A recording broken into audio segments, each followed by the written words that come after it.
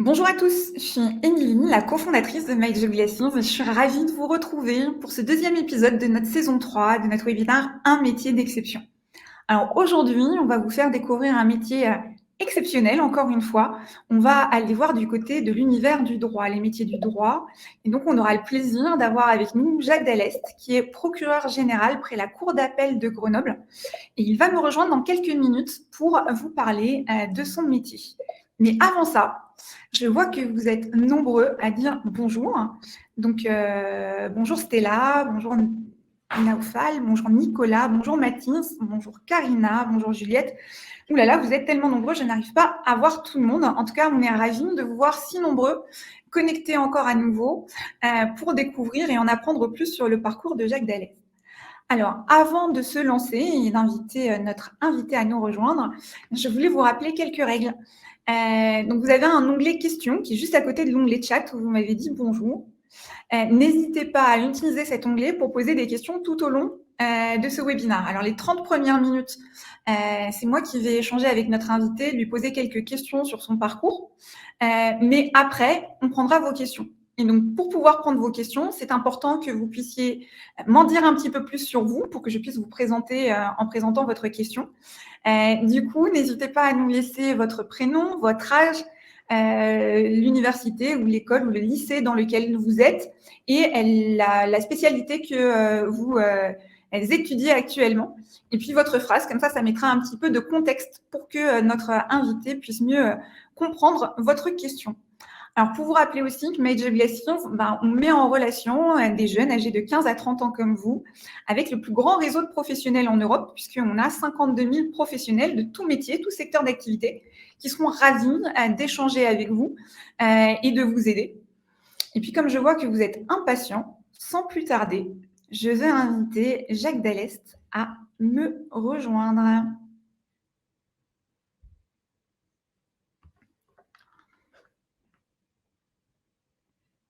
Alors, d'ici quelques petits instants, notre invité sera à mes côtés. Bon.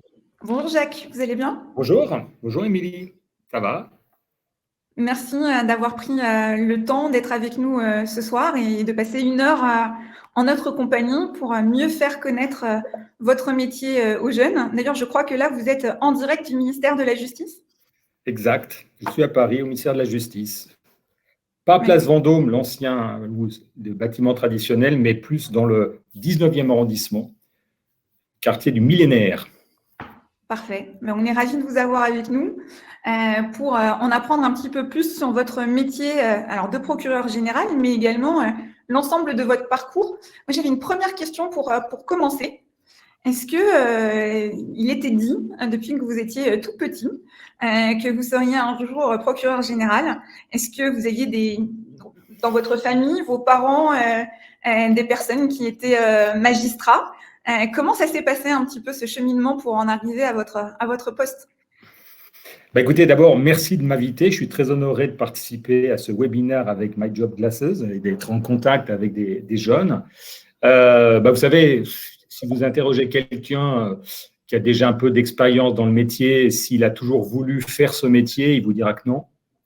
Alors, il arrive qu'on soit médecin parce qu'on voulait être médecin, on voulait être militaire, on est militaire. Moi, ce n'était pas du tout le cas. J'ai fait des études de droit et de sciences politiques. J'ai passé des concours administratifs. Je me suis retrouvé au ministère de la Justice, un peu par hasard. J'étais attaché d'administration. Maintenant, c'est une fonction à laquelle on peut accéder par le biais des IRA. Je me suis retrouvé au ministère de la Justice et au bout de quelques années, je m'ennuyais un peu dans ce ministère. J'avais l'impression d'être un bureaucrate, petit bureaucrate dans une grande administration et j'ai voulu aller sur le terrain et j'ai passé le concours de la magistrature et j'y suis maintenant depuis très longtemps et je ne regrette pas une seconde. C'est une belle expérience et une belle rencontre avec les autres. Est-ce que vous pouvez nous en dire justement un petit peu plus sur ces études à l'école de la magistrature et puis après votre première arrivée en poste? Alors, pour être magistrat, il y a plusieurs façons d'accéder. On peut y accéder d'ailleurs sans passer de concours. On appelle ça l'intégration sur titre. C'est offert à toutes sortes de personnes en fonction de leur âge, leur cursus. Mais la voie royal, classique, c'est le concours. Il y a plusieurs concours, dont un qui est offert aux étudiants, à Bac plus 4, mais dans la réalité, les candidats ont Bac plus 5 ou même 6, largement, à dominante juridique, mais pas complètement, puisque des gens qui ont fait des lettres, de l'histoire, Sciences Po, peuvent tout à fait passer le concours. L'intérêt, c'est d'avoir des personnes motivées, avec un esprit clair, plutôt de bon sens. Moi, je dis toujours, on n'a pas besoin de juristes parfaits, on a besoin de gens bien dans leur peau, bien dans leur tête, et qui veulent faire un métier qui exige beaucoup de soi, un métier de terrain, puisque le travail du magistrat, c'est d'être au plus près des personnes, souvent en difficulté d'ailleurs, et c'est ça qui enrichit, qui est la richesse du métier. À l'issue de vos études qui durent combien de temps à l'école de la magistrature? Alors, la scolarité dure 30 mois, donc elle est assez longue. Elle se passe à Bordeaux, puisque l'École nationale de la magistrature est à Bordeaux. Elle démarre par une scolarité, par des stages concrets, des stages dans un cabinet d'avocat, des stages en prison, etc., etc. Et surtout, un très long stage dans un tribunal, puisque pour apprendre le métier, il faut apprendre des bases théoriques à l'école à Bordeaux, mais après, c'est sur le terrain, c'est comme un médecin, il enseigne, il apprend la médecine sur les bancs d'une faculté, mais ensuite, il va très vite dans un hôpital. Ben là, c'est la même chose, l'auditeur de justice, c'est le titre qui a l'élève magistrat, il est en juridiction, et il s'exerce à toutes les fonctions, et à la fin de la scolarité, il y a un classement de sortie, comme il y avait un classement d'entrée. Le classement de sortie permettra, si on est bien classé, d'avoir un choix de poste très large, géographique. Il n'y a pas de poste supérieur à d'autres, à la différence de l'ENA avec les grands corps, même si ça va être changé. Le premier, simplement, a l'avantage d'avoir un choix énorme de postes géographiquement. Le dernier, c'est évidemment plus restreint. Et on peut sortir juge d'instruction, juge des enfants, substitut, etc. Et là, on part dans l'aventure. Et dans votre cas, alors, c'était quoi ce premier choix? Alors moi, je voulais être absolument juge d'instruction. C'est une fonction un peu particulière dont on parle souvent dans les médias, le juge d'instruction qui est un peu dans un tête-à-tête avec un criminel, avec un délinquant, et aussi en tête-à-tête avec les victimes, et qui est chargé d'instruire, de travailler sur des dossiers avant un procès éventuel, c'est-à-dire de rassembler les éléments à charge et à décharge. Et ça vous confronte, ce métier, très directement à la souffrance humaine, à des crimes, à des délits, à des choses graves, puisque le juge d'instruction n'intervient que pour les affaires graves. C'est-à-dire, heureusement, un nombre beaucoup plus restreint que les affaires ordinaires. Et donc, ça peut être une grosse affaire de délinquance financière, une affaire de terrorisme, un règlement de compte, un crime conjugal. Et pendant 10 ans, j'ai fait ça, d'abord au tribunal de Rodez, dans l'Aveyron. C'était vraiment un tribunal rural, mais avec des belles affaires. Et après, au tribunal de Lyon. Belle aventure pendant 10 ans et je me suis régalé. À l'issue de ces 10 ans? Alors après, j'ai basculé. En France, on peut être magistrat du siège, c'est-à-dire être juge et avoir à instruire, à juger. Et j'ai voulu aller au parquet, on appelle ça la magistrature debout. Les procureurs, les gens du parquet poursuivent, demandent des peines, ce ne sont pas eux qui jugent. Et donc, après 10 ans où j'aimais beaucoup, mais j'avais l'impression d'être un peu confiné dans mon cabinet, j'ai voulu m'ouvrir un peu et j'ai été procureur de la République dans 4 tribunaux différents, dont Roanne dans la Loire pour démarrer. Je l'ai été à Ajaccio en Corse, j'ai été à Bourg-en-Bresse dans l'Ain et à Marseille. Donc ça aussi, c'est des aventures formidables avec des tailles forcément différentes, des affaires dont on a un peu parlé. Oui, et ça aussi, c'est un travail plus collectif parce qu'on travaille en équipe au parquet, alors que le juge d'instruction, il travaille en cabinet plutôt seul. Le procureur, il travaille avec des substituts, des collègues, et ça aussi, c'était quelque chose de très enrichissant. Est-ce que vous pourriez justement nous expliquer un petit peu le quotidien d'un procureur de la République? Alors, ça dépend de la taille de la juridiction dans laquelle il se trouve. Il y a des petits tribunaux et il y en a des très gros. Le plus gros, c'est le tribunal de Paris. François Molins a fait beaucoup parler de lui il y a quelques années quand il était procureur de Paris à cause du du terrorisme, notamment, on le voyait beaucoup, on l'entendait malheureusement beaucoup. Donc, ça dépend beaucoup de la taille, mais c'est valable dans plein de métiers. Hein. Si on est dans une petite structure, les choses, une petite école, un petit hôpital, c'est évidemment différent que si vous exercez dans une grande structure. Quand on est procureur d'une ville moyenne, on travaille avec des collègues et des greffiers, des agents comme ça. Et le travail du procureur, c'est d'être en contact avec les services d'enquête, police, gendarmerie, douane, qui appellent le procureur et ses collègues pour lui rendre compte des méfaits commis dans son ressort territorial, des crimes et des délits, des gens qui ont été mis en garde à vue. Et le procureur décide des suites à donner à ces affaires. Si c'est une affaire simple ou si c'est une affaire grave, les suites seront différentes. Et le procureur, lorsqu'il a décidé de faire déférer, c'est-à-dire de demander qu'on lui amène la personne est conduite par les enquêteurs au palais de justice et le procureur la reçoit et va lui dire « Monsieur, vous allez comparer devant le tribunal », on appelle ça la comparution immédiate, ou au contraire, vous allez comparer devant un juge d'instruction, ça veut dire que l'affaire est plus grave, qu'elle demande une instruction, ou éventuellement, on va vous remettre dehors avec une convocation plus tard. Et donc, c'est un travail qui vous met en relation avec tous les services d'enquête, qui évidemment sont très nombreux et très étoffés dans un grand département, qui vont vous parler d'un accident de voiture, d'un délit de fuite, d'un dealer arrêté, d'un mari violent, toutes sortes de choses qui sont dans la vie. Et le procureur est également en contact avec toutes les administrations, la préfecture, mais également toutes les administrations spécialisées, également les collectivités locales, les maires, présidents de conseil départemental, qui à un moment travaillent avec la justice sur plein de sujets. Donc c'est vraiment un poste carrefour qui vous met en relation avec tout le monde extérieur et qui fait l'interface avec le tribunal, qui lui aura à juger de façon plus tranquille. Le procureur, lui, il est dans l'action. Il peut avoir à se déplacer sur une scène de crime, par exemple.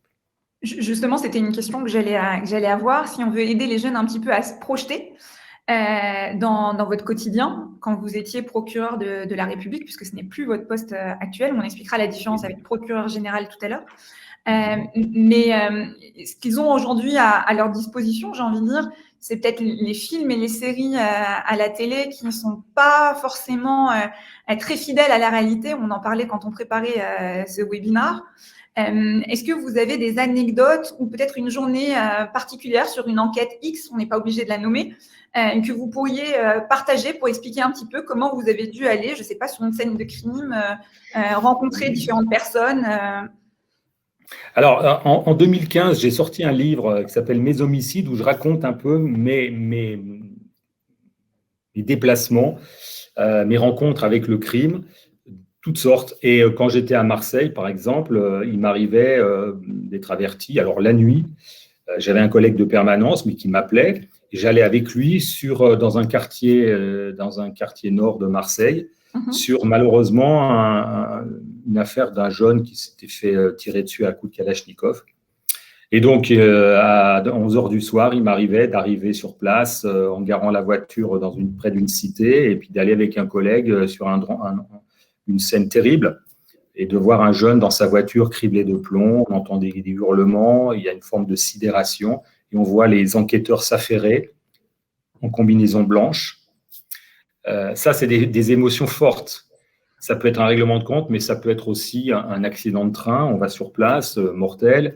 Un accident d'avion. Le procureur qui m'a succédé à Marseille, il a eu à connaître l'affaire de la Germanwings. Vous savez, c'est une histoire terrible d'un copilote qui a projeté son avion presque contre une montagne. Il y a eu 150 morts. Vous imaginez ce genre de situation. Ça peut être une prise d'otage quelque part. Ça peut être...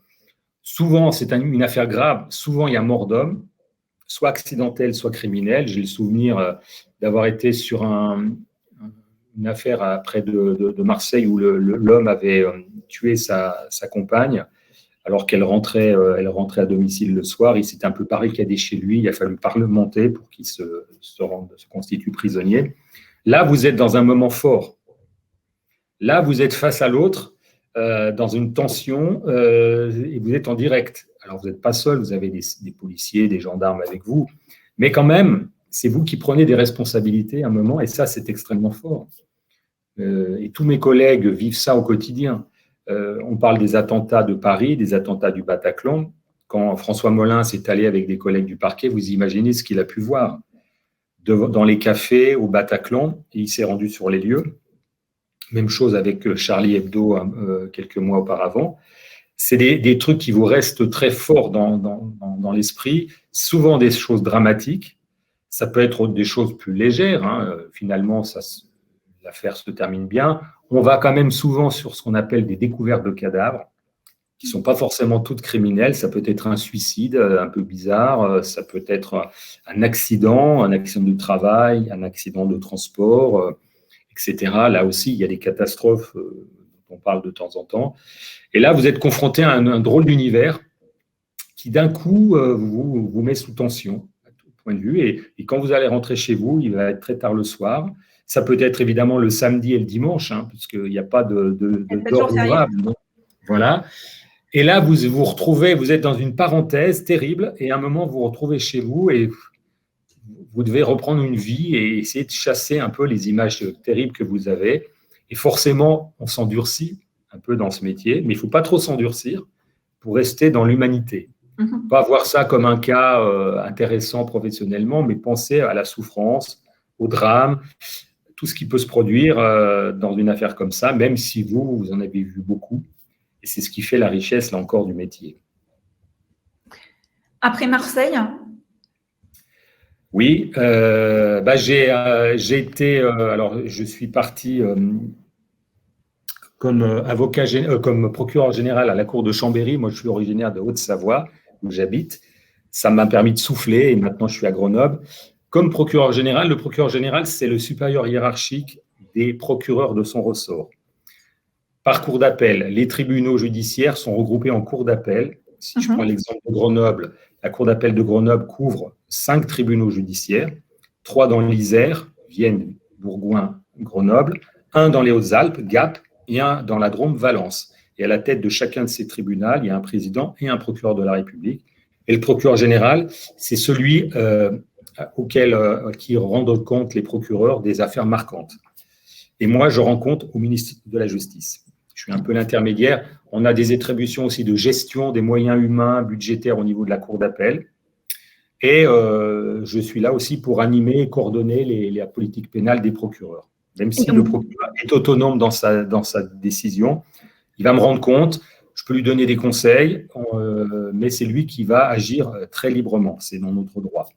Donc là, il n'y a plus d'affaires que vous gérez en direct. Ça, c'est le travail des procureurs de la République. Vous, vous êtes en lien avec eux et en lien avec le ministère, voilà. Mais vous n'êtes plus sur le terrain. Je ne vais plus sur le terrain. C'est le travail des procureurs. Je l'ai fait beaucoup. Je l'ai fait pendant 15 ans, donc ça ne me manque pas. C'était passionnant.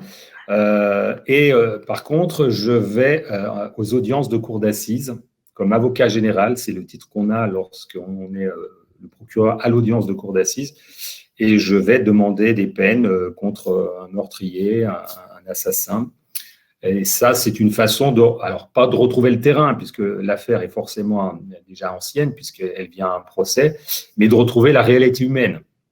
Moi, j'ai plus de contact direct avec des délinquants, mais sauf en cour d'assises où j'ai dans le box des accusés l'accusé, je vois les victimes, et là, ça me remet en contact un peu avec la réalité de base.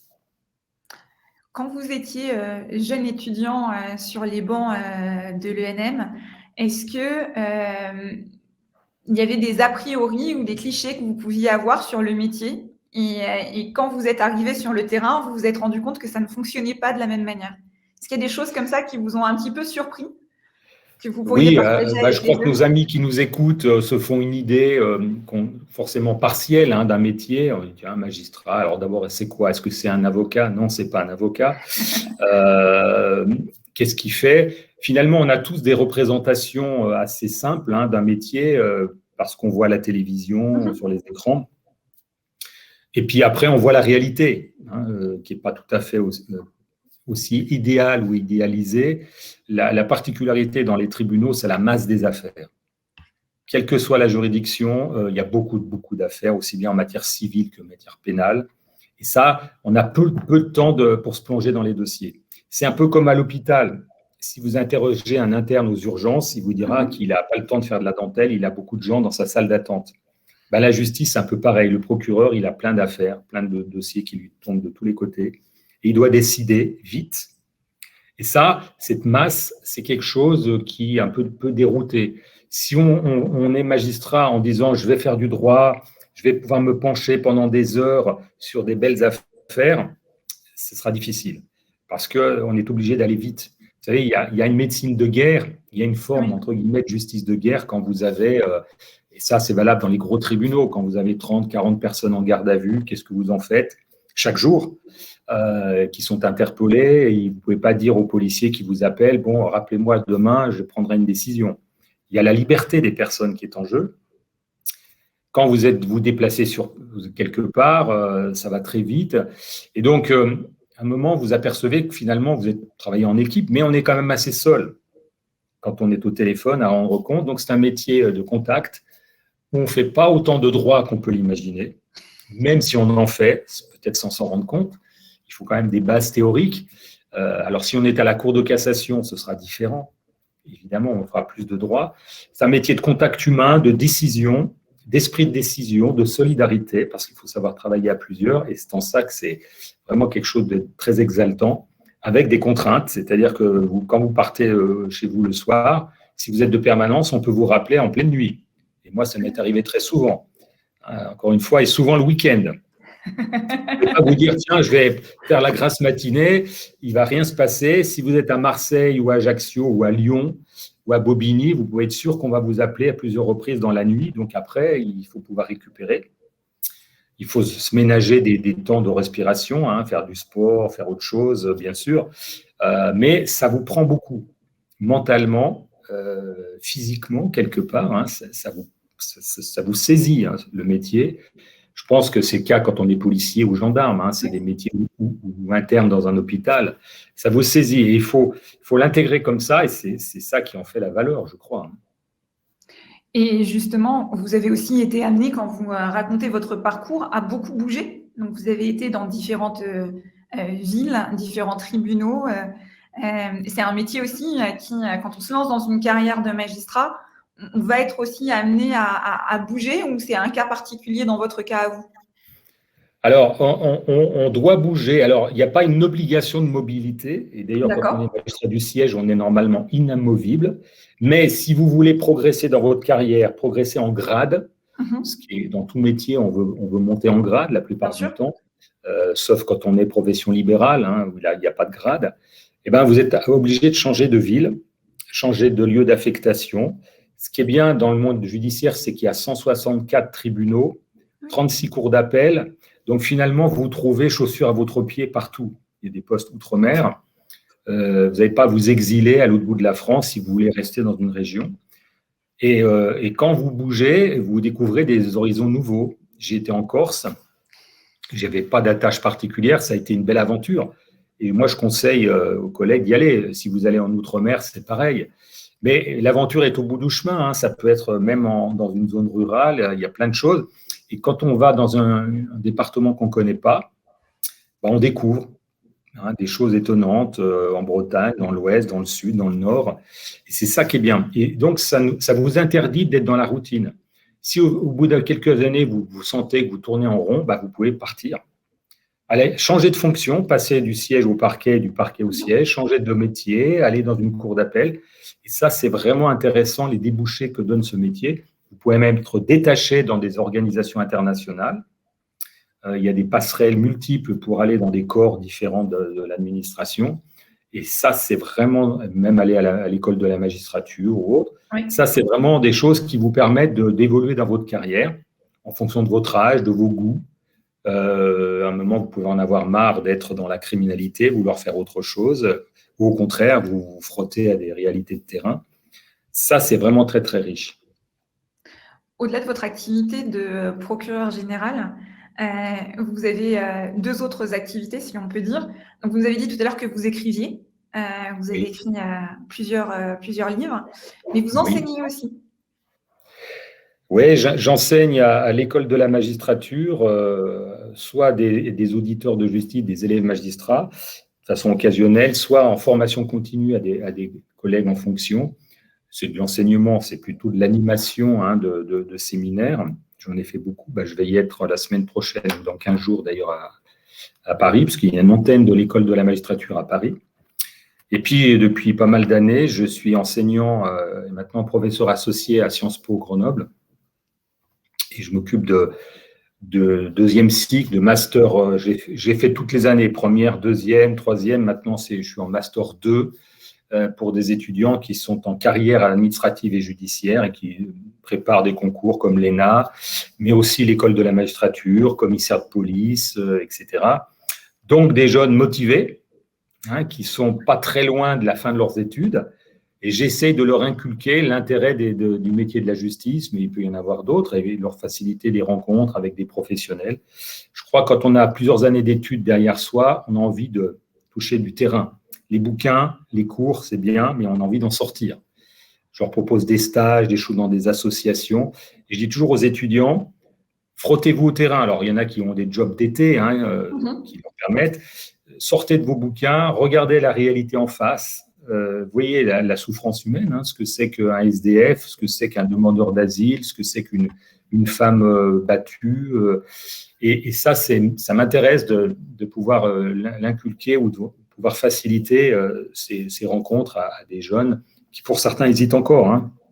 Quel métier je vais faire, celui-là, ça m'intéresse ou celui-là, ça me fait un peu peur. Et plus ils appréhendent le métier, meilleur sera leur choix. Leur donner un peu de concret sur ce qui peut-être leur paraît intéressant, mais finalement ne correspondra pas à leur attente, ou l'inverse, susciter un intérêt sur un métier qu'ils n'imaginaient pas passionnant.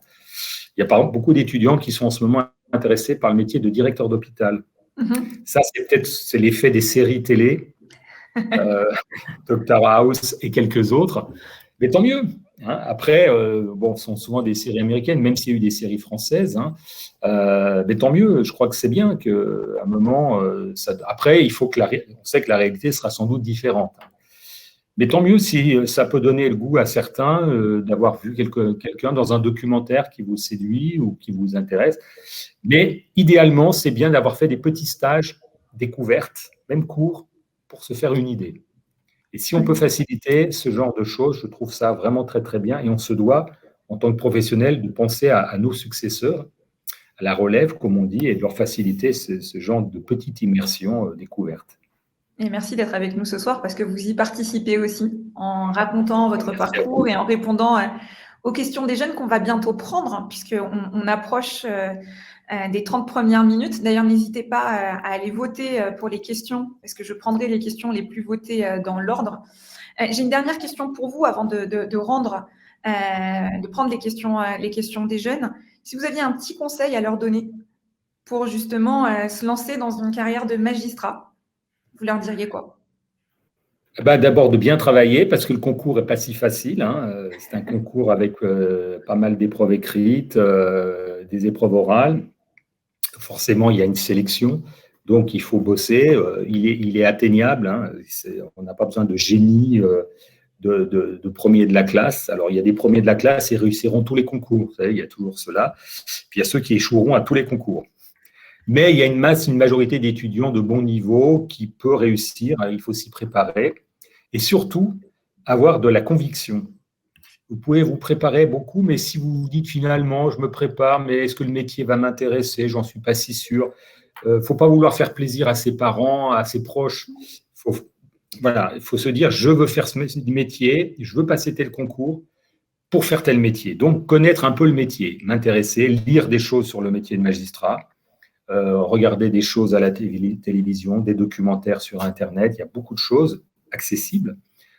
Et avoir envie, surtout pour ce métier, avoir le goût de l'autre, le goût des autres. C'est le titre d'un film avec Bakri. D'avoir envie, pas de se dire qu'on va faire du droit théorique, alors là, il vaut mieux être professeur de droit, mais plutôt de se frotter à la réalité humaine, dans ce qu'elle n'a pas forcément de joyeux, même si dans les affaires civiles, il y a des affaires des gens tout à fait bien insérés, mais en matière pénale, notre population sont quand même des gens en difficulté, globalement, même s'il peut y avoir des affaires qui touchent des gens tout à fait insérés. avoir le goût des autres, pas avoir peur. Si vous dites à quelqu'un qui est face à vous, monsieur, je vais vous mettre en prison, madame, il faut lui dire en le regardant dans les yeux. Il ne s'agit pas de fuir et de se dire, c'est des moments difficiles. Quand vous annoncez à une famille, à des parents que vous allez leur enlever la garde de leur enfant qui est maltraité, vous imaginez qu'il y a des problèmes. Et là, il faut être capable de le dire. Avoir l'humanité, les mots, les attitudes. Et ça, alors ça peut se travailler, ça s'apprend, mais il faut aussi avoir un naturel qui amène à l'autre. Si vous êtes d'un naturel très introverti, très refermé, ça peut poser problème. Après, on peut tous progresser. Moi, j'ai progressé sur le plan psychologique. J'étais beaucoup plus coincé, bloqué quand j'étais plus jeune. Et peut-être que ce métier m'a aidé à aller vers les autres parce que les autres vous interpellent. Il faut en plus s'expliquer de façon simple. Il ne faut pas faire du droit pour expliquer aux gens, monsieur, je vous mets en examen du chef de soustraction frauduleuse de la chose d'autrui. C'est monsieur, on vous reproche un vol. Voilà. Sinon, on ne comprend rien de ce que vous dites. Et ça aussi, c'est un effort qu'on doit faire de communication dans le métier. D'ailleurs, le président de la République vient de le rappeler, et il a raison. Il faut mieux communiquer pour rendre la justice plus compréhensible et sans doute plus accessible. Merci beaucoup, Jacques, pour cette première partie. Du coup, je vous propose de passer aux questions des jeunes. Et donc, du coup, la première question, c'est Karina, qui a 22 ans et qui est étudiante en Master 1 à l'ISCAM à Madagascar. Avez-vous déjà regardé des séries à la télé qui ressemblent vraiment à votre quotidien? Si oui, lesquelles? Sinon, quelles sont les différences entre fiction et réalité? Je vais être assez sévère. Alors, on parle souvent d'engrenage, que j'ai jamais trop regardé, qui paraît être assez proche de la réalité, mais je trouve que les séries françaises sur la justice sont calamiteuses. Il n'y en a pas beaucoup qui représentent réellement, qui représentent la réalité. Vous remarquerez que soit on parle peu des magistrats, alors on focalise sur les enquêteurs, etc. Soit quand on parle des magistrats, soit c'est pour leur donner un rôle de héros, la petite juge qui est un peu assistante sociale, un peu shérif, etc. Ou au contraire de sales individus, le proc qui veut étouffer les affaires. C'est malheureusement, en tout cas aujourd'hui, très loin de la réalité. Aujourd'hui, être magistrat, c'est être une jeune femme, puisqu'il y a une majorité féminine, puisque l'école de la magistrature, c'est 75-80% de femmes. Ah oui, quand même. Donc, substitut, c'est un métier de femme, comme la plupart, puisque majoritairement, ce sont des femmes. Et évidemment, ça peut être un homme, qui est tout à fait normal, qui peut être une mère de famille ordinaire, et qui roule pas avec, qui n'a pas envie de personnaliser une affaire, en faire l'affaire de sa vie, comme on le voit dans les séries. Et que plutôt, on est là, on essaye tous de faire notre travail le plus honnêtement possible. Et souvent, la représentation dans les fictions, en tout cas françaises, elle est loin de la réalité. On embellit, on caricature, avec des erreurs assez grossières sur le plan terminologique souvent. Et moi, j'aurais beaucoup de mal à conseiller. Il y a eu quelques films bien, mais sur la justice, la représentation est quand même pas terrible. Il y a eu l'Hermine avec, comment s'appelle-t-il, l'acteur qui a joué le rôle d'un président de cour d'assises, qui était plutôt pas mal. Mais sinon, comme si on avait du mal, les Américains sont meilleurs à être près de la réalité, de montrer que le substitut, il est dans son bureau, qu'il n'est pas toute sa vie dehors à ne faire qu'une affaire. Voilà. Et moi, j'attends une série un jour qui soit proche de la réalité et qui pourrait être passionnante, sans montrer un procureur en train de grimper avec un revolver au poing ou un juge aller dans les familles en passant toutes ses nuits. On pourrait faire quelque chose d'assez intéressant, je crois, et plus proche de la réalité.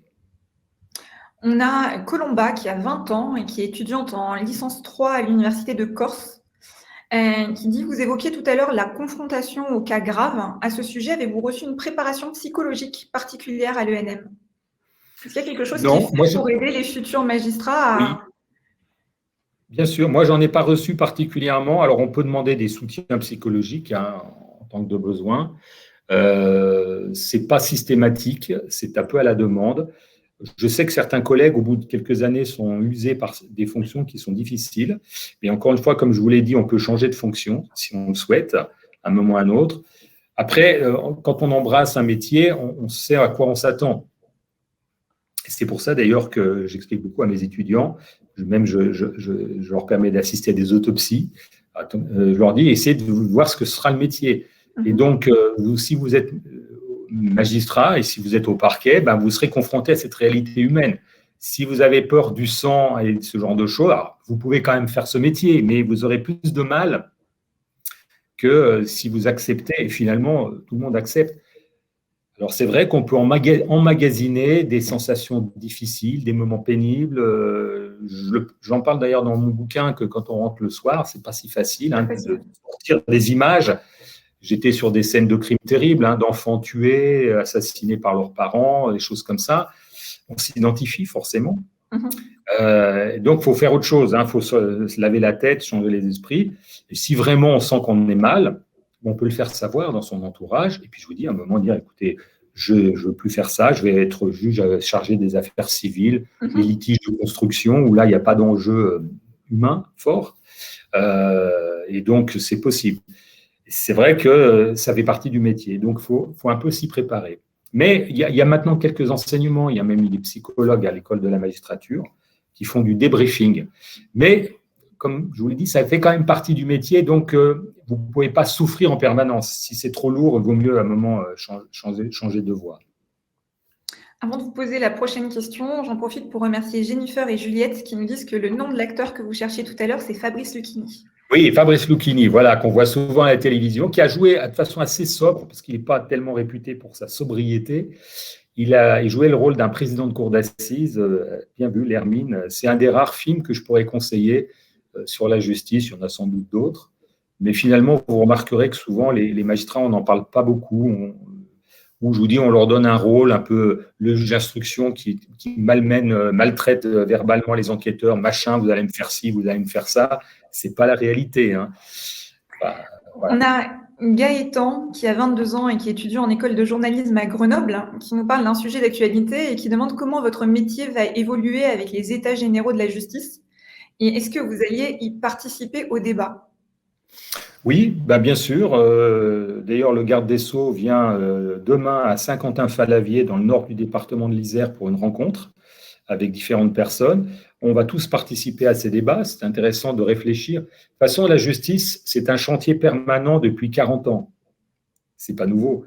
Les lois changent en matière civile, en matière pénale. Regardez, aujourd'hui, on parle de bioéthique. Toutes les règles de l'affiliation ont bien changé avec l'évolution du scientifique. Les textes changent. On tolère aujourd'hui des choses qu'on ne tolérait pas, ou à l'inverse, on ne tolère plus des choses qu'on acceptait. Donc, tout ça change. Donc, le métier, il évolue, comme tous les métiers. Le métier du droit, le métier d'avocat, de notaire, d'huissier change. Vous savez qu'aujourd'hui, on parle de l'intelligence artificielle. Qui nous dit que dans 20, 30, 40, 50 ans, il n'y aura pas des ordinateurs à la place des juges? Personne ne peut nous le garantir. Vous savez que l'intelligence artificielle peut aussi produire des décisions de justice. Oui. Donc, tout ça, personne ne peut imaginer. Il y a 50 ans, on n'imaginait pas qu'Internet allait bousculer les pratiques professionnelles. Grâce à Internet, on peut se parler à distance. Ça a changé les rapports entre les personnes. Et donc, c'est un métier qui doit évoluer. On ne peut pas dire « il faut rester comme avant, ne pas changer ». Si, tout change. Aujourd'hui, les citoyens sont acteurs. Ils sont à la fois journalistes, n'importe qui peut aller sur les réseaux sociaux et dire ce qu'il en veut. Ils sont même cadreurs, caméramans, puisqu'on peut filmer avec son… Donc, on est tous acteurs. Donc, la justice doit aussi se positionner. Moi, je suis pour qu'on filme les procès et qu'on les diffuse, même en direct. Je crois qu'on progressera beaucoup pour la pédagogie de la justice. La justice, elle est rendue au nom du peuple français, donc ouvrons les palais de justice. Acceptons d'être critiqués aussi. La justice, elle doit accepter sa part de critique. Soyons plus accessibles. Disons aussi que la justice ne peut pas tout. Elle ne pourra pas empêcher un mari de tuer sa femme si le mari est absolument déterminé. Même avec des bracelets électroniques, des téléphones, à un moment, s'il est prêt à aller jusqu'au bout, jusqu'où peut-on aller? Est-ce que la loi, elle rendra ça impossible, ou est-ce qu'à un moment, c'est aussi le reflet d'une société avec ses turpitudes, qui est aussi une société de liberté, avec des espaces où un individu peut faire ce qu'il a envie de faire, même si c'est terrible. Et donc tout ça, et la justice doit changer, et je pense que dans les 5 ans à venir, elle va encore changer, certainement. On a une Même question dans les 10 ans à venir. On a une question d'Estella qui a 21 ans et qui est étudiante à Sciences Po Paris, qui demande s'il est plus difficile de faire votre travail quand un cas est très médiatisé. Et vous en avez eu des cas très médiatisés. Oui, c'est un sujet. Je vais animer bientôt un séminaire parquet et médias. Ça préoccupe beaucoup les procureurs, ça, parce qu'on ne maîtrise rien. Les médias sont plus forts que nous. Et maintenant, vous le savez, non seulement les réseaux sociaux, mais les chaînes d'infos continues. Ça tourne du matin au soir, un fait divers. Ça façonne l'opinion publique. Ça peut être très anxiogène. Hein. Si on fait tourner un fait divers toute la journée, tout le monde a l'impression qu'il y a une criminalité galopante. Est-ce qu'on sait qu'on a moins tué en crime de sang en 2020 qu'en 1996, donc il y a 25 ans, il y avait plus de meurtres qu'aujourd'hui. Mais aujourd'hui, on en parle plus. On sait ce qui se passe au bout du monde. Ce n'était pas le cas avant. Donc, les médias, c'est un formidable outil, évidemment, pédagogique, démocratique, mais ça peut être un sujet de pression qui pèse sur l'action de la justice, puisque les médias, aujourd'hui, veulent tout savoir immédiatement, comme s'il fallait tout savoir d'une enquête judiciaire. Vous savez, on dit souvent, l'enquête piétine. Ce n'est pas que l'enquête piétine, l'enquête, elle avance, mais on ne le crise pas sur les toits. Et les journalistes voudraient que, du matin au soir, souvenez-vous de l'affaire Jonathan Daval, il fallait tout savoir, l'affaire Jubilard. Non, heureusement qu'il y a du silence. Et ça, on n'empêchera pas des journalistes de faire leur contre-enquête, d'en parler du matin au soir. On rappelle les inconvénients, mais il faut vivre avec. Et donc, comment vit-on avec des dérives, bien sûr, mais utilisons aussi les médias dans ce qu'elles ont de positif. Des appels à témoins, par exemple, une sensibilisation sur des sujets, ça aussi. Moi, j'ai toujours été plutôt un positif, un optimiste. Si on voit le mal partout, des effets négatifs, on régresse. Au contraire, utilisons les médias dans ce qu'ils ont de bon, d'utile, en étant lucide sur les effets pervers de cette médiatisation qu'on connaît bien sûr. On a Ophélie, qui est étudiante à l'Université de Paris-Nanterre, qui demande si vous avez déjà reçu des pressions, des menaces au cours de certaines affaires. Et si oui, comment est-ce qu'on gère cela? Alors, j'ai été 10 ans juge d'instruction, 15 ans procureur de la République. Je n'ai jamais eu de pression. Vraiment, je peux vous l'assurer. Et j'ai toujours pris mes décisions en toute indépendance. Quand on est procureur, on fait remonter au ministre de la Justice des informations via son procureur général. Pour que le garde des Sceaux soit au courant des affaires, etc. C'est normal. Mais après, l'indépendance, on l'a ou on ne l'a pas dans sa tête. J'ai eu la chance de démarrer comme juge d'instruction. Le juge d'instruction, il fait ce qu'il veut. Et ça m'a bien aidé. Et je pense avoir été un procureur plutôt indépendant, loyal. On doit à un moment comprendre dans quel organisme on est, mais indépendant, et pour montrer qu'on est prêt à aller jusqu'au bout. Moi, je ne crois pas avoir fait de cadeau particulier à quiconque, puissants ou misérables, même des gens puissants, des gens importants. Je l'ai montré en Corse avec mes collègues. On a eu des affaires comme ça. Donc, il faut être indépendant et être, lucide et savoir ce qu'on fait. À un moment, pas mener des combats d'arrière-garde ou des combats perdus d'avance. Donc, avoir une forme de courage intellectuel, mais de ne pas être seul.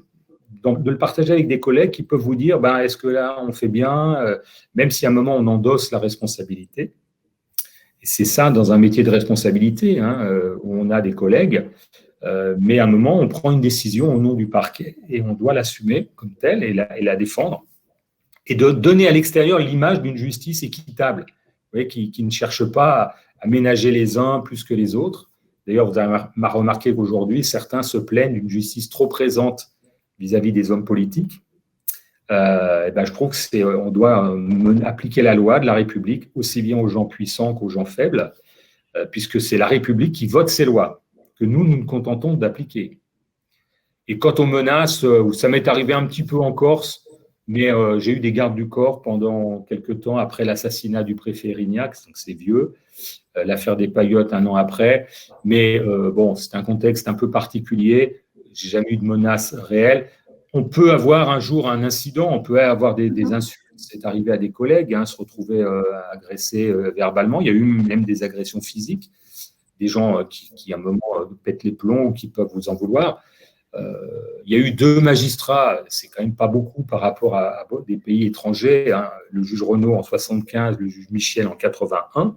D'ailleurs, on va bientôt fêter, ou célébrer malheureusement le 40e anniversaire de l'assassinat du juge Michel à Marseille.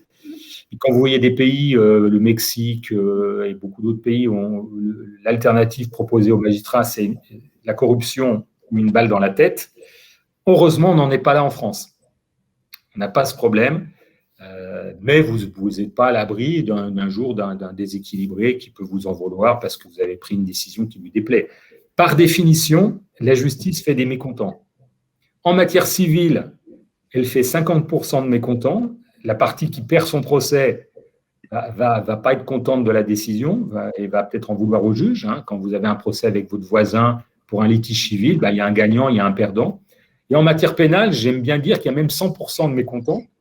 L'auteur condamné, il trouvera qu'il a été trop condamné, et la victime trouvera que ça n'a pas été assez. Donc, vous voyez, par nature, on fait des mécontents. Moi, ça ne m'étonne pas, c'est consubstantiel au métier de juge, de magistrat. On a Astrid qui a 22 ans et qui est étudiante à l'INSA à Rennes, qui dit qu'une expérience à l'étranger a généralement de la valeur dans un CV, mais est-ce que c'est aussi valable dans le domaine du droit, sachant que les lois pénales sont différentes dans chaque pays? Oui, alors vous savez qu'on peut exercer en détachement dans des postes à l'étranger, en magistrat de liaison, dans des ambassades, ça peut être quelque chose d'intéressant, mais c'est une partie de sa carrière. On applique forcément le droit français quand on est en France, et avoir une expérience à l'étranger, ça peut être très intéressant. Parler des langues, pour le métier de magistrat, ça peut être très utile, bien sûr. Et toutes les expériences dans toutes les activités sont utiles. Moi, j'ai des collègues qui n'ont pas toujours été magistrats, qui ont eu des métiers antérieurs qui n'avaient rien à voir. Et donc, c'est plutôt une bonne chose de s'enrichir de gens qui n'ont pas le profil juriste, Sciences Po, et donc qui ont une ouverture d'esprit. Moi, je crois que c'est peut-être la qualité principale, outre le bon sens, l'ouverture d'esprit, des gens qui comprennent, qui s'adaptent aux situations, qui vont peut-être changer de tribunaux, donc qui ne sont pas figés dans des habitudes, dans une routine. Ça, c'est une vraie qualité dans ce métier, je crois. Et donc, plus on a ces expériences, plus, je pense, meilleur on sera. Puis après, on s'adaptera. Après, on forcera sa nature, on bougera, on changera. Et c'est ça là, qui est très, très sympa dans le métier. On a une autre question qui nous arrive et qui dit que vous êtes connu pour votre travail sur les cold cases. Est-ce que la clôture de ce type de cas est plus satisfaisante qu'un cas ordinaire? Si vous questionnez la juge Madame Turquet et les enquêteurs de la brigade criminelle qui ont solutionné l'affaire du grêlé dont on a parlé il y a quelques jours, une affaire très ancienne, c'est forcément une satisfaction, même s'il n'est pas complète puisque l'intéressé s'est suicidé. Ouais. Donc, il n'y aura jamais de procès. Donc, il a emporté dans la tombe la clé de l'énigme. Et donc, l'activité première, c'est évidemment pas les cold cases, ce sont les affaires vivantes. Un juge, un procureur, il est sollicité essentiellement par l'urgence. Toute la délinquance qui se passe dans la rue, qui se passe sur la voie publique, c'est ce qui va le bouger. Et puis, les dossiers cold case, ce sera à temps perdu ou à temps partiel. D'où l'intérêt de créer plutôt un jour un ou plusieurs pôles spécialisés où les gens ne feraient que ça. C'est vrai, moi je dis toujours que plus le temps passe, plus c'est terrible pour la famille, pour les proches. Et on doit y mettre beaucoup d'énergie, même si on sera toujours pris par des urgences, parce qu'on doit ça aux familles. Je dis toujours, si on était concerné, si on avait un proche qui avait disparu ou assassiné dans des conditions, on demanderait savoir ce qu'il en est. De ne pas occulter ces affaires parce qu'on aura toujours des affaires urgentes, nouvelles à traiter, bien sûr. Et donc, la satisfaction, elle est formidable quand vous solutionnez un crime, mais vous êtes très vite pris par votre routine habituelle, c'est ça. Et si on peut apporter un soulagement des années plus tard à des parents, à des frères, à des sœurs, je trouve que c'est ça qui est vraiment très important. Même si finalement, il n'y aura peut-être pas de procès, parce qu'on peut avoir un auteur qui est mort, de sa belle mort, qui est très âgé, qui ne peut plus être jugé, on doit quand même tout faire pour apporter une réponse à ces personnes. On a Guillaume qui est étudiant en master à Sciences Po Grenoble, qui demande en tant que procureur, quelle relation entretenez-vous avec les avocats? Pensez-vous que des évolutions seront nécessaires sur la place d'un avocat, d'un procureur ou d'un juge dans un procès pénal, par exemple? Oui, je pense que ça va être un objet des débats sur les états généraux de la justice. La place de l'avocat, c'est un métier aussi qui va évoluer, parce qu'il y a la concurrence, vous savez, des sociétés de l'intelligence artificielle, justement, des entreprises qui font du conseil juridique. Tous les métiers doivent évoluer. Les magistrats travaillent avec les avocats, bien sûr. L'avocat au pénal, ça peut être l'avocat de la défense, donc c'est un adversaire dans un procès, mais ça peut être aussi l'avocat de la victime, donc c'est un allié objectif. L'avocat, je dis toujours, c'est quelqu'un fondamental. Et moi, le premier, si on me reprochait quelque chose, et ça peut m'arriver, comme citoyen notamment, eh ben, j'aimerais bien être défendu par un bon avocat. Voilà. Alors l'avocat, on peut le critiquer, mais comme le magistrat, mais il est indispensable. Il est là pour vous aider. Et donc aujourd'hui, les rapports entre magistrats et avocats, ils vont peut-être encore évoluer, c'est pas impossible. Je crois qu'il faut se rapprocher, se comprendre, s'opposer quand il le faut, bien sûr, c'est la règle, mais en se respectant. On ne peut pas être dans l'hostilité. Évidemment, on obéit à des fonctionnements différents. L'avocat, c'est une profession libérale qui défend une cause. Le magistrat, ce n'est pas la même chose. Donc, on doit se comprendre, se connaître. Et vous savez que les auditeurs de justice font un stage de plusieurs mois dans un cabinet d'avocats. C'est obligatoire. Donc, ils s'imprègnent du métier d'avocat en début de formation. Et c'est une bonne chose. Il faut que nous, on connaisse mieux le travail des autres. On peut être surveillant pénitentiaire, avocat, enfin faire un stage dans un cabinet d'avocat, policier, etc. C'est une ouverture qu'on se doit de suivre. On a Stéphane qui nous dit qu'il a 22 ans, il est étudiant à Bordeaux 4, et il nous dit qu'il a regardé le grand reportage de TF1 le week-end passé, qui dépeignait la réalité compliquée des magistrats, difficulté de concilier vie pro, vie perso, beaucoup plus de comparutions immédiates, manque de budget. Est-ce que vous avez des conseils pour sauver cette situation qui est un peu délicate? J'aimerais bien avoir une situation, alors le budget s'accroît, mais il faut encore que les moyens se développent. J'étais en poste à Bordeaux, c'est une belle vie, j'ai même enseigné à l'Institut d'études judiciaires, à l'IEJ, à des étudiants. Bordeaux, ils sont bien placés puisque l'école est à Bordeaux, elle est très sympa d'ailleurs. Et non, tout ça, vous savez, le métier va évoluer, les moyens changent, ça croît. Est-ce qu'il faudra plus de monde? Oui, mais est-ce qu'il faut peut-être moins de droits aussi? Moi, je ne suis pas hostile à une déjudiciarisation, dépénalisation. En France, on a un peu une manie du tout pénal, du tout répressif. Si on veut, vous savez, c'est comme l'image d'une galère, une barque, où les rameurs ne sont pas si nombreux et on y met des charges supplémentaires. Il faudrait un peu alléger la barque, mais ce n'est pas trop dans la culture française. La culture française, elle est beaucoup sur le châtiment, la punition. Et regardez les lois nouvelles, il y a toujours des dispositions pénales, on veut aggraver les peines, on crée des nouvelles incriminations. Donc, on a tendance à charger la barque. Il faudrait progresser plus sur la médiation, la réparation, ce que font plus les anglo-saxons, qui sont moins sur le modèle de la punition. Mais ça, c'est une question culturelle qui nous échappe. Mais on ne pourra pas, comme ça, multiplier les postes à l'infini, tout pénaliser, vouloir que tout le monde soit jugé par 3 juges. Ce n'est pas possible. Sinon, on ne juge plus à temps. Il y a beaucoup de tribunaux qui, aujourd'hui, si quelqu'un commet un délit, la personne sera jugée fin 2022, si ce n'est pas 2023. Ce n'est pas une bonne chose, ça. Donc, pour s'en sortir, on ne va pas multiplier les postes. Il faudra à un moment déjudiciariser, trouver d'autres voies de réponse que la voie purement judiciaire. Et ça, c'est aux politiques d'en décider. Ce ne sera pas les magistrats qui le feront. Il ne nous reste plus beaucoup de temps, il y a quand même beaucoup de questions, donc on va essayer peut-être d'en prendre encore 2.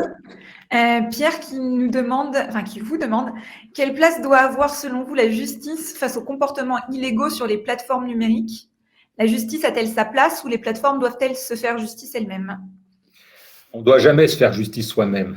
C'est une règle de vie sociale, ça. C'est une régression de se faire sa justice. C'est le western, c'est le Moyen-Âge. La loi couvre le champ de la haine en ligne, de la discrimination, bien sûr, mais vous le savez, il n'est pas si simple d'identifier les gens qui utilisent des pseudonymes qui sont hébergés sur des serveurs à l'étranger. C'est très complexe. Regardez l'affaire de la petite Mila, le nombre de messages de haine qu'elle a reçus, comment on ne va pas poursuivre la terre entière. Et ça, l'outil Internet, tout ce qui est cybercriminalité, on a du mal à maîtriser ça. Certains ont bien compris qu'il ne fallait pas envoyer des messages depuis leur ordinateur personnel. Donc, on sera toujours en décalage par rapport à la modernité technologique, et les malfaiteurs seront toujours en avance parce qu'eux, ils s'affranchissent des règles de droit, des pays, des règles démocratiques. Ils peuvent tout se permettre, même la violence. Et donc, il ne faut pas s'étonner que la justice de tous les pays, des pays soit en retard, même si elle est sensible à tout ça. C'est aussi le propre d'une société alors mondialisée avec ses excès, mais aussi de liberté avec des possibilités de s'exprimer par ce moyen-là, qui est formidable, mais qui peut être la pire des choses. Il y a de la pédocriminalité par Internet, etc. Dernière question, parce que c'est un conseil que Naoufal demande. Elle se présente rapidement, elle a 25 ans, elle a une licence en GEA. Elle effectue des études à l'Université de Paris 2 en exerçant une activité professionnelle et elle aimerait effectuer un stage en juridiction, mais elle est qu'en L2. Est-ce que vous avez un conseil pour elle pour pouvoir obtenir un stage en juridiction quand on n'est qu'en licence 2 ? Alors, c'est plus compliqué. On reçoit énormément, enfin, tous mes collègues, et on reçoit beaucoup de demandes de stage, souvent en deuxième cycle, mais même en premier cycle, voire même avant. Alors, évidemment, on ne peut pas recevoir tout le monde. Si on veut le faire dans de bonnes conditions, il faut persévérer. Il faut qu'elle fasse néanmoins une demande. En étant plus large dans les tribunaux, il ne faut pas qu'elle se borne à demander Paris, qu'elle élargisse à toute la région parisienne, notamment en proposant d'aller dans un petit tribunal. Il y a moins de sollicitations. Et si ce n'est pas possible, qu'elle réitère sa demande plus tard. C'est très bien, c'est le genre de stage. Je dis, le problème, c'est qu'il faut s'occuper. Si c'est pour mettre le stagiaire dans un bureau et ne pas s'en occuper, ce n'est pas une bonne chose. Et évidemment, les magistrats sont vraiment très, très chargés et quelquefois, ça leur est difficile. Ils ont aussi des élèves magistrats en stage, notamment, qui, eux, apprennent leur métier. Mais il faut persévérer. Et si elle persévère, elle en aura un tôt ou tard. Eh ben, merci infiniment, Jacques. Cette heure a filé extrêmement vite. On a d'ailleurs quelqu'un dans le chat qui nous a dit le temps passe trop vite, je pourrais entendre parler Monsieur Dallès toute la soirée. Donc merci d'avoir partagé votre expérience, votre parcours inspirant avec les jeunes. Je vais vous donner le mot de la fin dans une petite minute, juste pour donner rendez-vous à nos jeunes dans 15 jours, le 3 novembre, pour découvrir un autre parcours inspirant, celui de Gérald Carcinti, qui est le président de SAP en France. Mais je vais vous laisser le mot de la fin parce que je pense que les jeunes ont été ravis. En tout cas, on a plein de retours positifs. Je vous laisse le mot de la fin pour terminer. Écoutez, j'étais ravi moi-même d'échanger. Alors, c'est toujours un peu théorique quand on est devant un écran, bien sûr, mais je suis content d'avoir intéressé nos amis. Et si ça peut leur donner le goût de la justice, on est tous confrontés à la justice comme citoyens. Et vous le savez, n'importe qui peut être à un moment tiré au sort pour être juré de cour d'assises. Il faut avoir 23 ans, être inscrit sur les listes électorales. Donc, n'importe quel citoyen peut un jour être juge occasionnel. Donc, il faut y penser. Et donc, moi, je les encourage tous, nos amis, à suivre cette voie si ça les intéresse. Toutes les voies du droit sont passionnantes, mais tous les métiers sont sympas. Tous. Si on y met du cœur, de l'humanité, on peut s'épanouir dans tous les métiers, il faut le rappeler. Merci infiniment. Je vous encourage, si vous voulez aller plus loin, on a pas mal de professionnels du monde du droit qui sont présents sur Major Glasses. Donc, n'hésitez pas à aller les voir, vous poser peut-être des questions pour savoir si vous avez envie d'être magistrat, si vous avez envie de vous lancer dans une carrière d'avocat. N'hésitez pas à aller parler avec des professionnels qui font ces métiers au quotidien et qui vont pouvoir vous aider à vous poser les bonnes questions et à répondre à certaines interrogations que vous avez. Encore merci, Jacques, de merci, Émilie, c'était sympa. Et puis, je vous donne rendez-vous dans 15 jours pour un autre métier d'exception. À très vite. Merci beaucoup. Au revoir. Au revoir.